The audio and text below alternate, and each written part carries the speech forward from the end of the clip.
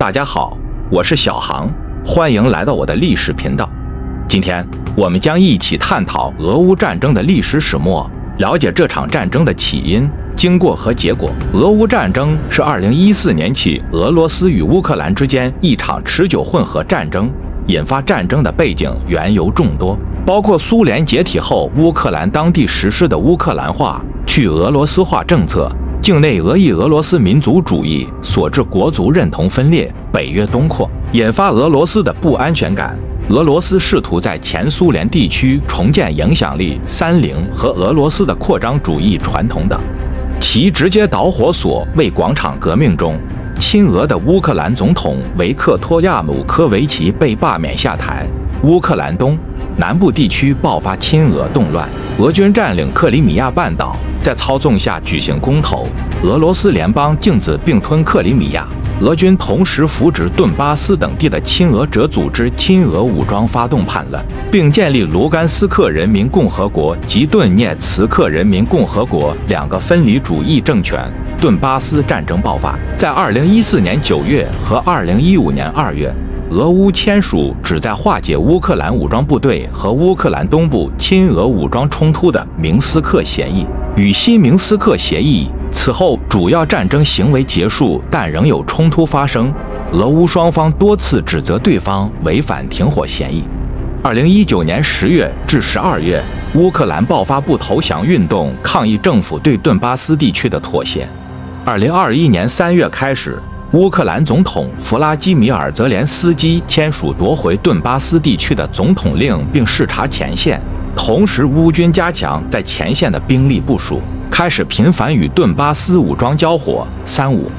同年12月，俄罗斯于边境屯兵超过10万人，双方剑拔弩张。2022年1月，在德法俄乌诺曼底模式4方会谈首脑政治顾问会议召开前，乌克兰最高拉达撤回一项关于过渡期的国家政策方案，里面将俄罗斯认定为侵略国，这被视作为谈判释放缓和信号。2022年伊始，局势紧张程度进一步上升。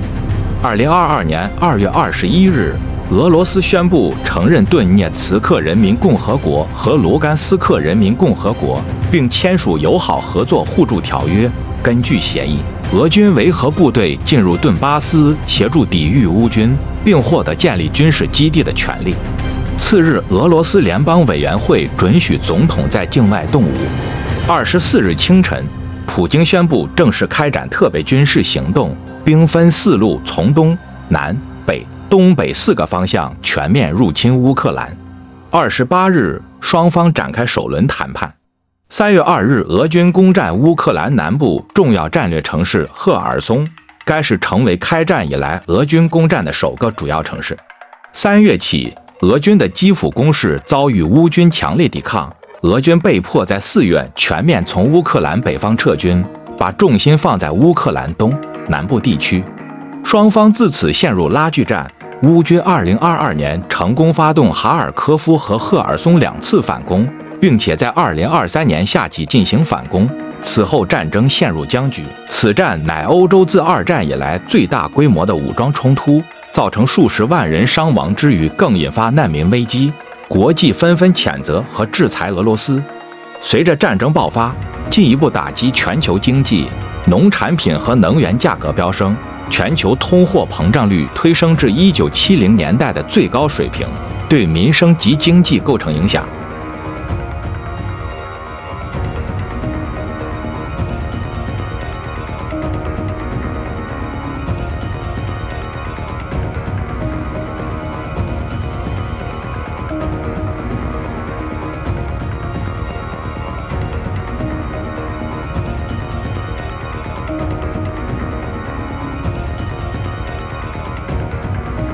俄罗斯、白俄罗斯和乌克兰就称小罗斯，源自基辅罗斯，同属东斯拉夫民族。28，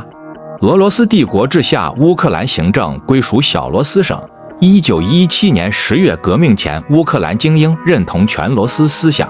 苏联成立后，俄罗斯、乌克兰都是苏联加盟共和国，双方边界约1931公里。受列宁的少数民族政策指导，苏联早期在乌克兰推行乌克兰化，推广乌克兰语言，停止俄罗斯帝国的同化政策，一定程度上推进了乌克兰民族意识。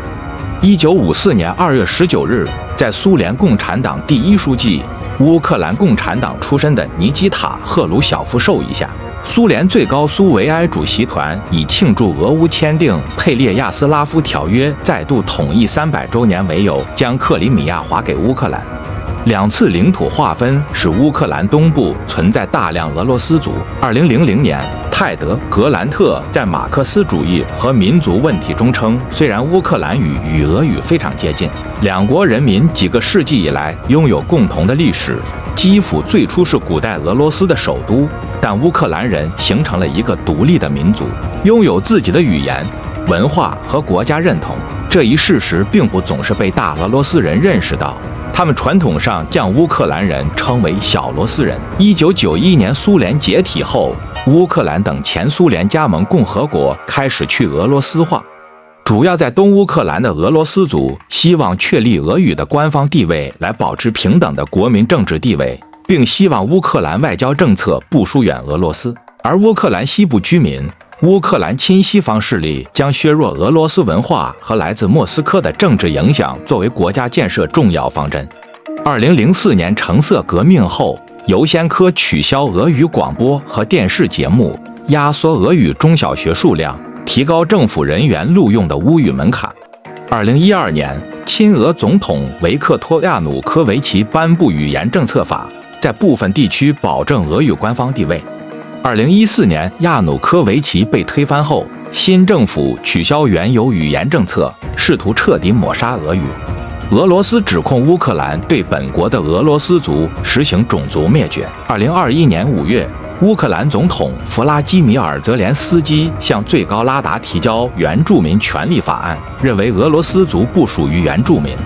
俄罗斯官方称，乌克兰在文化和历史上基本是俄罗斯的一部分。2021年7月12日，俄罗斯总统弗拉基米尔·普京发表《论俄罗斯人和乌克兰人的历史统一》，阐述两国历史渊源，指出乌克兰倒向西方的结果，批评泽连斯基提交的法案。欧盟认为，一个不具有政治边界的泛俄罗斯民族概念是一种意识形态构造，其可追溯到俄罗斯帝国时代，并被用作破坏乌克兰主权和民族认同的工具。2014年以来，俄罗斯政府变本加厉地塑造这一不实之说，试图合理化对乌克兰的军事侵略并进行辩解。俄罗斯帝国吞并克里米亚后，长期实施种族清洗和殖民政策，对克里米亚鞑靼人种族屠杀和强制流放，俄族人口大量移居克里米亚，使克里米亚长期成为乌克兰唯一俄罗斯族人口超过乌克兰族的一级行政区。10月革命后，克里米亚相继被乌克兰人民共和国和克里米亚鞑靼人的联军、德国傀儡政权、红军控制。苏联成立后，克里米亚被划归俄罗斯苏维埃社会主义共和国管辖。1954年2月19日，苏联最高苏维埃主席团通过决议，将克里米亚划入乌克兰。苏联解体时，克里米亚地区在乌克兰独立公投中以多数支持脱离苏联而成为独立的乌克兰的一部分。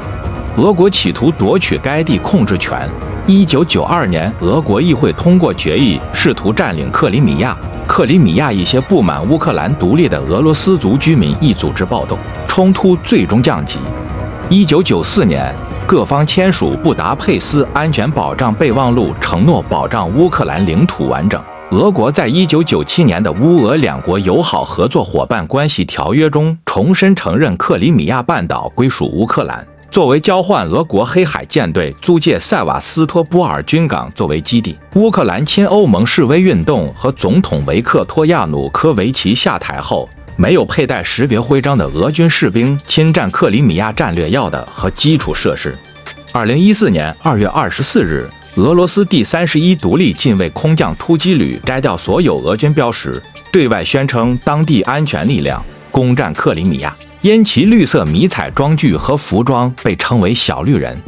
3月1日，俄罗斯联邦委员会通过关于总统弗拉基米尔·普京请求在乌克兰领土上使用武力的决议，这是一场先斩后奏的行动。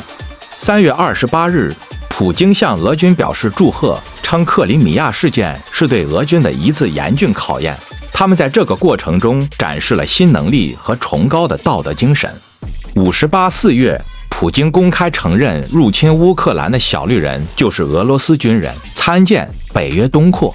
苏联解体后，诸多东欧国家，尤其是波兰等前华约成员国纷纷申请加入北约。俄罗斯对此有不安全感。俄罗斯认为乌克兰无法受到俄罗斯的控制，对莫斯科是极大威胁，强烈反对乌克兰加入北约。而2014年俄乌战争爆发前，乌克兰仍然是永久中立国，其宪法禁止加入包括北约在内的军事组织。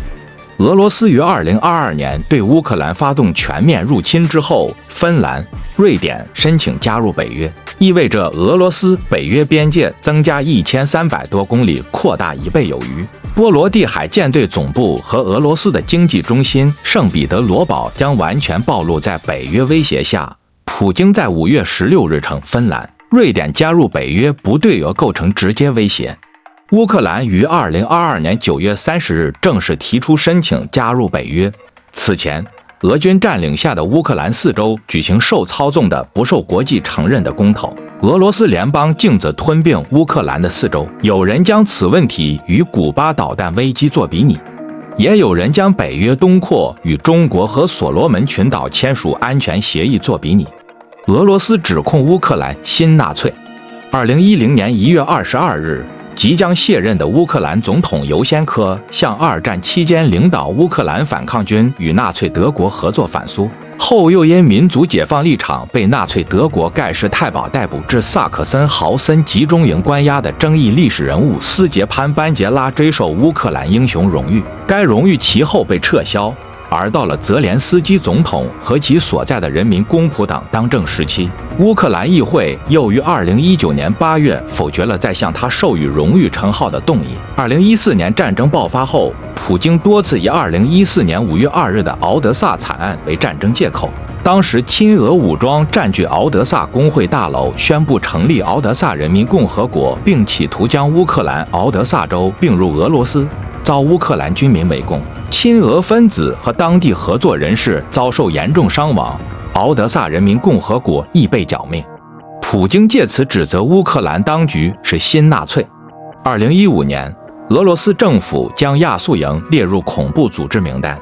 联合国人权事务高级专员办事处在2015和2016年报告中指出，亚速营和顿巴斯营后遭乌克兰解散的8到10名成员在东乌武装冲突时涉嫌参与包括抢劫、非法拘禁、强奸以及酷刑在内的罪行。2015年4月10日，乌克兰最高拉达通过法令推动去纳粹化和去共产主义化，禁止共产主义和纳粹主义的宣传。俄罗斯指责乌克兰列入20世纪乌克兰独立斗士名单进行纪念的民族主义者包含曾纳粹德国合作的人士。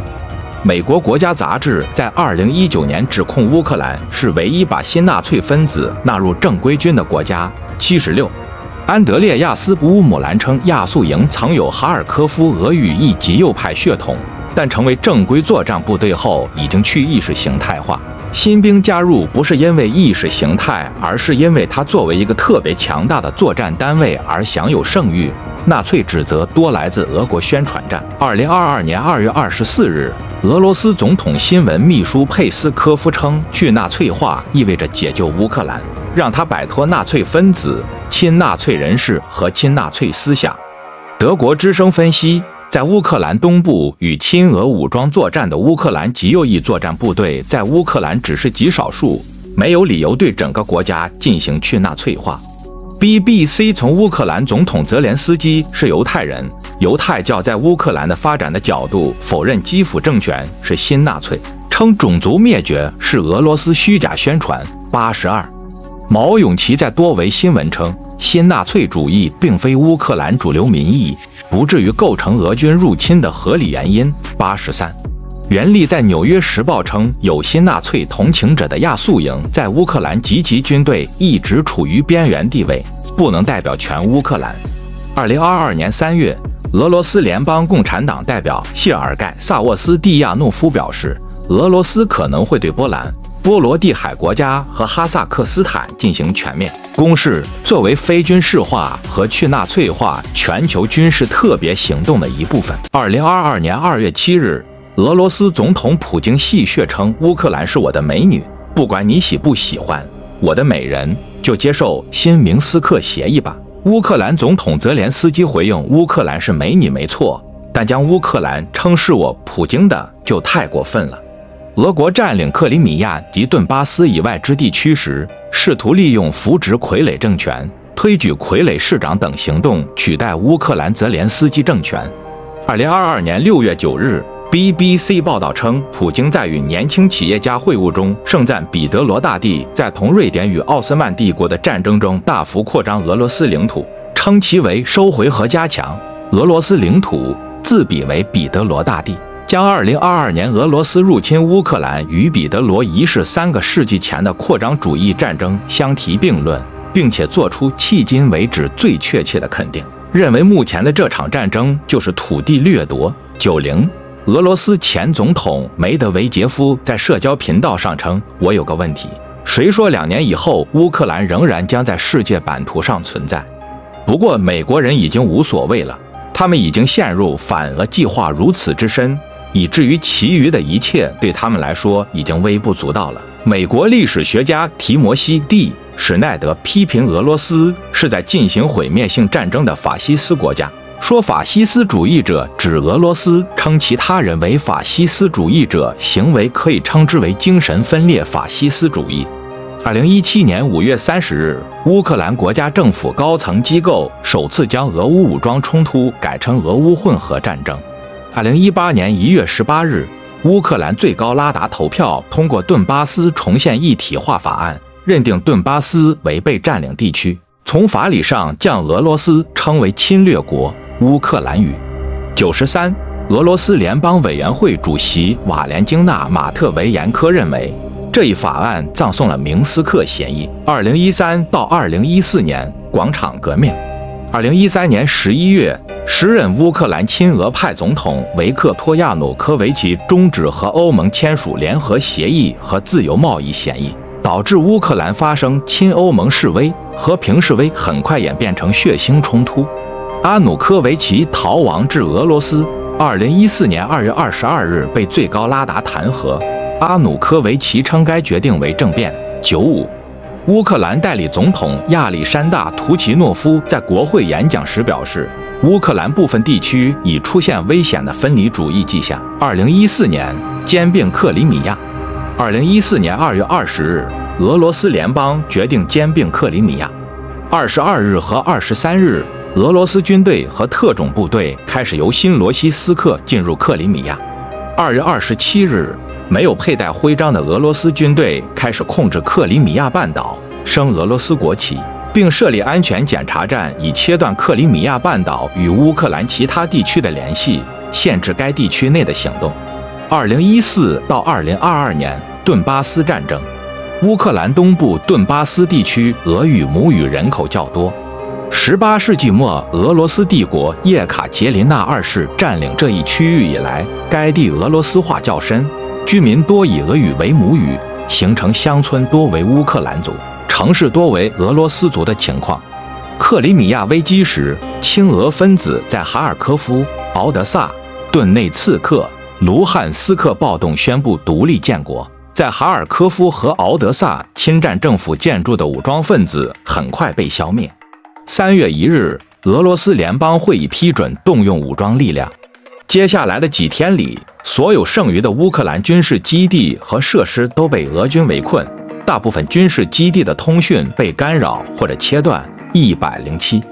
3月18日，俄罗斯正式并吞克里米亚半岛。3月24日，乌克兰临时政府宣布，根据国家安全与国防事务委决定，下令撤军。2014年4月，亲俄武装占领顿巴斯部分地区，举行所谓独立公投，建立顿涅茨克人民共和国和卢甘斯克人民共和国。顿巴斯战争爆发，曾合并组建新俄罗斯联邦，并寻求俄国承认，但俄国起初没有正式承认。2022年，俄国全面入侵乌克兰前夕，才承认并正式派兵进入顿巴斯地区。亲俄武装起初失败，乌克兰一度控制乌俄边境大部分地区。俄国正规军随即秘密越境参战，击败乌军，维持傀儡政权。战斗过程中，曾有属于俄国正规军的 T-72B3 主战坦克遭乌克兰击毁和缴获，更造成马来西亚航空17号班机空难。斯维特洛达尔希克战役。斯维特洛达尔希克战役发生在2016年12月18至23日，双方最终停火。2016年亲俄武装阅兵式。2018年克赤海峡冲突。2018年11月25日。俄罗斯海军在克赤海峡向乌克兰军舰开火，扣押3艘乌军舰，造成6名乌克兰船员受伤。冲突发生后，乌克兰宣布在俄乌接壤地区实行30天的战争状态。截至2021年，顿巴斯有60多万人申领俄罗斯护照。2021年到2022年全面战争前奏，俄罗斯集结兵力。2021年4月。俄罗斯向俄乌边境增兵的消息不断传出。俄罗斯总统府发言人佩斯科夫称，如果北约向俄乌边境派兵，俄方将不得不采取额外措施来确保安全。早在3月，乌克兰共和国最高拉达通过兵役法修正案，允许乌克兰武装部队在特殊情况下无需总统颁布军事动员令，直接征召预备役人员入伍参与军事行动。4月21日，弗拉基米尔·泽连斯基签署该修正案。2021年11月30日，北大西洋公约组织在拉脱维亚里加召开外长会议，主要讨论俄罗斯入侵乌克兰的可能。乌克兰外交部长库列巴应邀参会，西方国家撤侨。2022年1月24日开始，美国国务院下令驻基辅大使馆外交人员家属撤离。随后，英国、加拿大、澳大利亚、日本、荷兰等国宣布从乌克兰撤出外交官及其家属。巴黎谈判。2022年1月26日，俄乌双方代表以及德国、法国官员在巴黎举行诺曼底模式会谈。诺曼底模式由俄乌德法4方组成，旨在对乌局势进行磋商。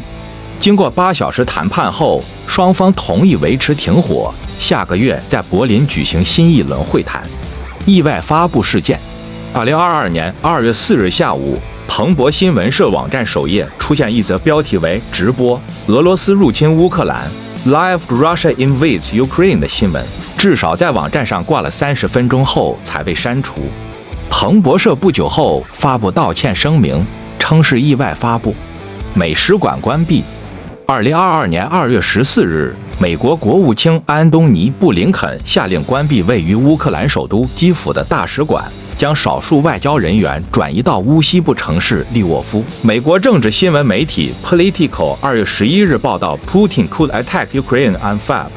16 Biden told allies 中译，拜登告知盟友，普京可能会在2月16日入侵乌克兰，称俄罗斯可能最快将在2月16日入侵乌克兰，在入侵前可能进行网络攻击以及导弹攻击。克里姆林宫声明，美国忽视俄罗斯的主要关切，俄罗斯侵略乌克兰的论调是一种炒作。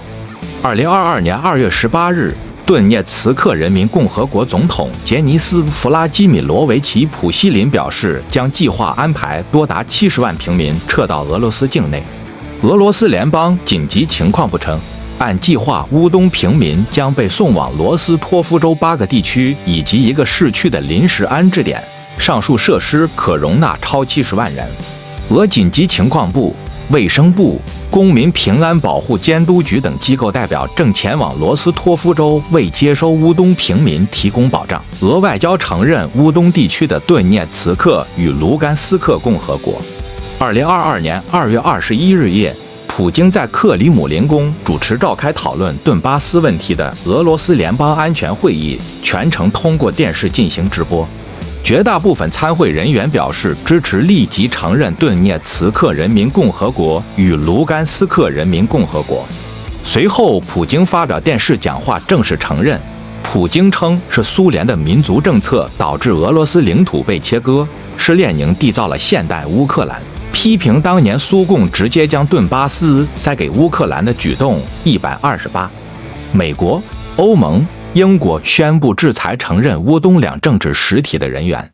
德国宣布中断对北溪2号天然气管道项目的认证审核。2022年2月21日，联合国秘书长安东尼奥·古特雷斯表示，该决定侵犯乌克兰主权和领土完整，不符合联合国宪章原则。2月22日，俄罗斯外交部宣布与顿涅茨克和卢甘斯克建立大使级外交关系。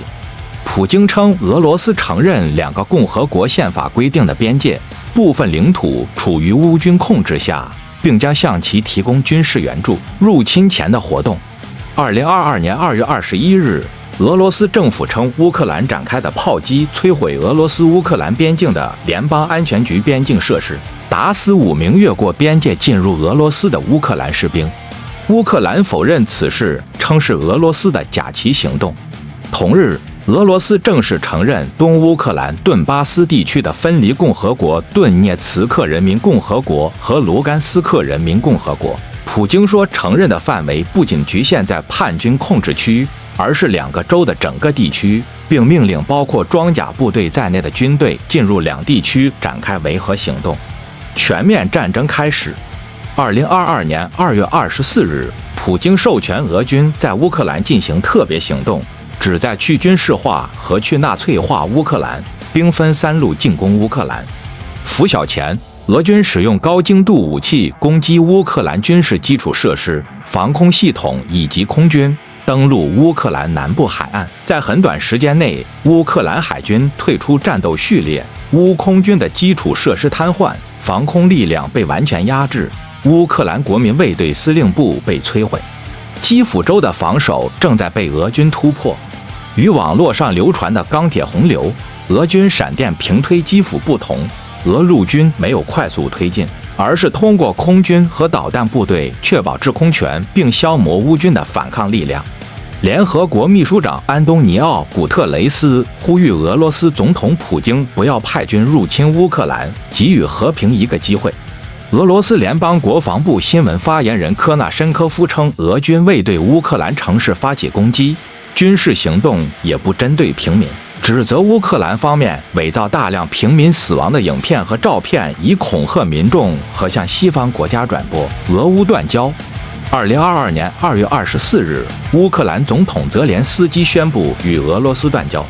2月25日，普京在讲话中呼吁乌克兰军队撤换基辅领导层，称泽连斯基政权是恐怖分子、一群瘾君子和新纳粹分子。2月25日，密克罗尼西亚联邦宣布与俄罗斯断交，举办公投。俄罗斯在4个占领区举办公投，列入俄罗斯领土，西方谴责公投作假。谈判。2022年2月24日，俄罗斯克里姆林宫发言人佩斯科夫称，如果乌克兰做好就中立地位和不在其境内部署武器等红线问题进行谈判的准备，俄罗斯将愿意同乌方谈判。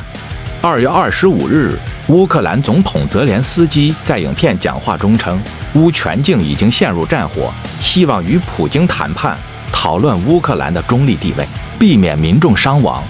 俄罗斯外长拉夫罗夫称，如果乌军投降，莫斯科将与基辅谈判。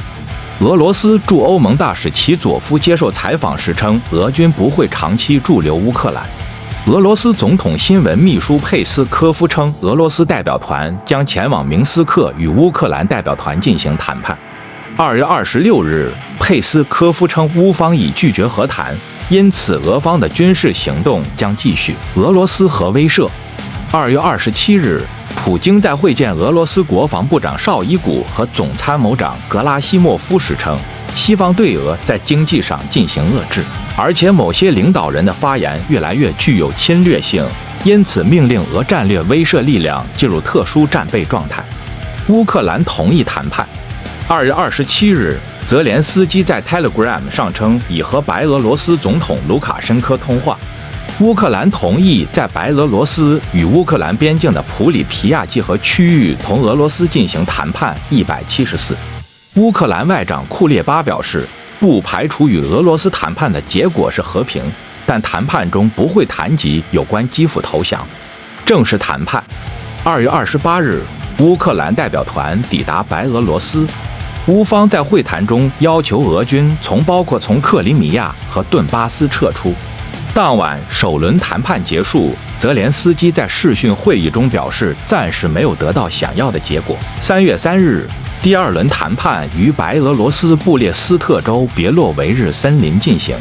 此前，乌克兰一度因为担心这地方的象征意义驻3而坚决拒绝在此会谈。双方就临时停火、建立人道主义通道达成一致。乌方表示没有获得期待的谈判结果，双方一致同意尽快召开第3轮谈判。3月6日，乌方谈判代表团成员、人民公仆党议会党团主席阿拉哈米亚称，北约5到10年内不准备讨论乌克兰加入该组织的问题，乌方愿意讨论非北约安全模式。3月7日，俄罗斯国防部称10时起对基辅等城市停火，应法国总统埃马纽埃尔·马克龙请求开放人道走廊。克里姆林宫称已为乌克兰难民开启人道走廊，却只能往白俄罗斯与俄国，包含基辅可通往白俄罗斯，哈尔科夫、马利波、苏梅等城市则通往俄罗斯。乌克兰痛批完全不道德，宣称俄军炮火丝毫未减，甚至故意瞄准人道走廊，造成无辜平民身亡。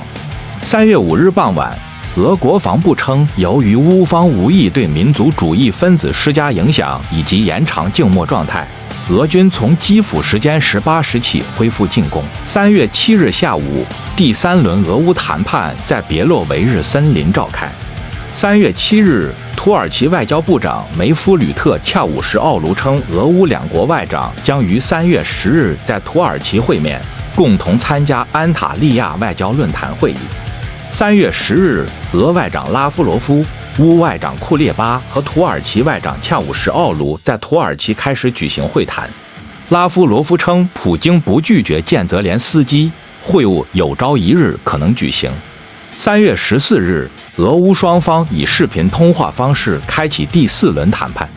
3月29日，俄乌双方在土耳其举行第5轮谈判。乌克兰真理报称，曾参加2月28日和谈的一名乌方人员，乌克兰银行家杰尼斯·基列耶夫与另2名男子3月5日被发现死在基辅街头，又称枪杀他的是乌克兰国家安全局，因后者掌握其勾结俄罗斯的证据。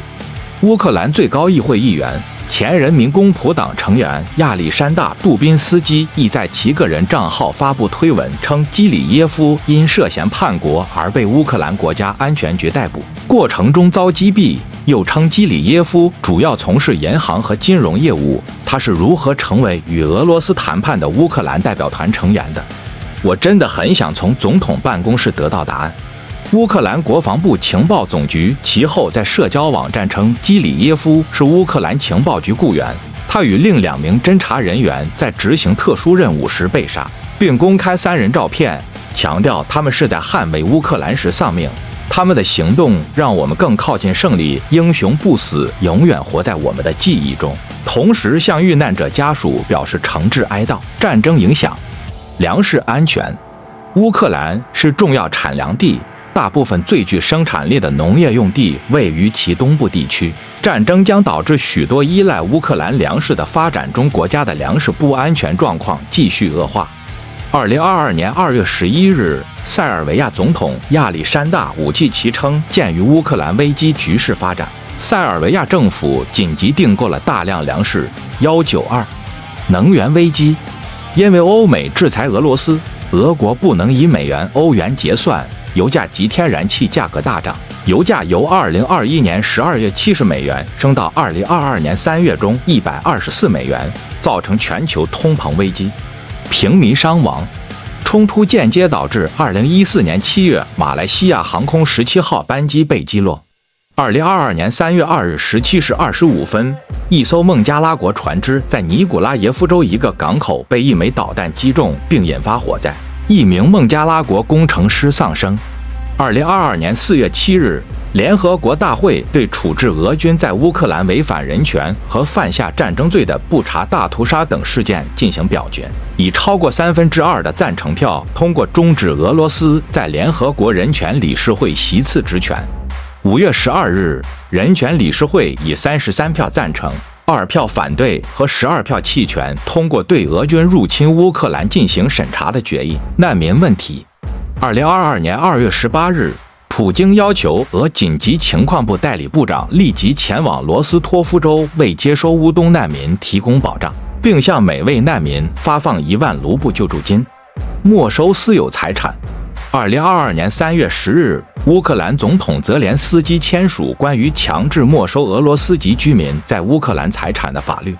同日，俄罗斯联邦安全会议副主席梅德韦杰夫称，将研究实行对俄制裁公司资产国有化等措施。2022年，俄罗斯入侵乌克兰期间，俄罗斯军队涉嫌在乌克兰基辅州布查等地多次实施大屠杀、反人类罪，死者均为乌克兰平民，几乎都是先遭凌虐，再被行刑式枪杀，手遭环绑并被从后脑勺开枪，此后乱葬岗草率埋葬。有的遗体更直接被丢弃，被认为可能是有组织谋杀。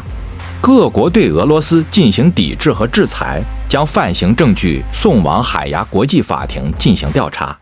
在基辅面50公里处的莫季任镇 Multizin， 女镇长奥尔加·苏肯科 Olga Sukenko 及其丈夫儿子3人遭行刑式枪决，被弃尸森林土坑里，并发现第4具不明身份尸体。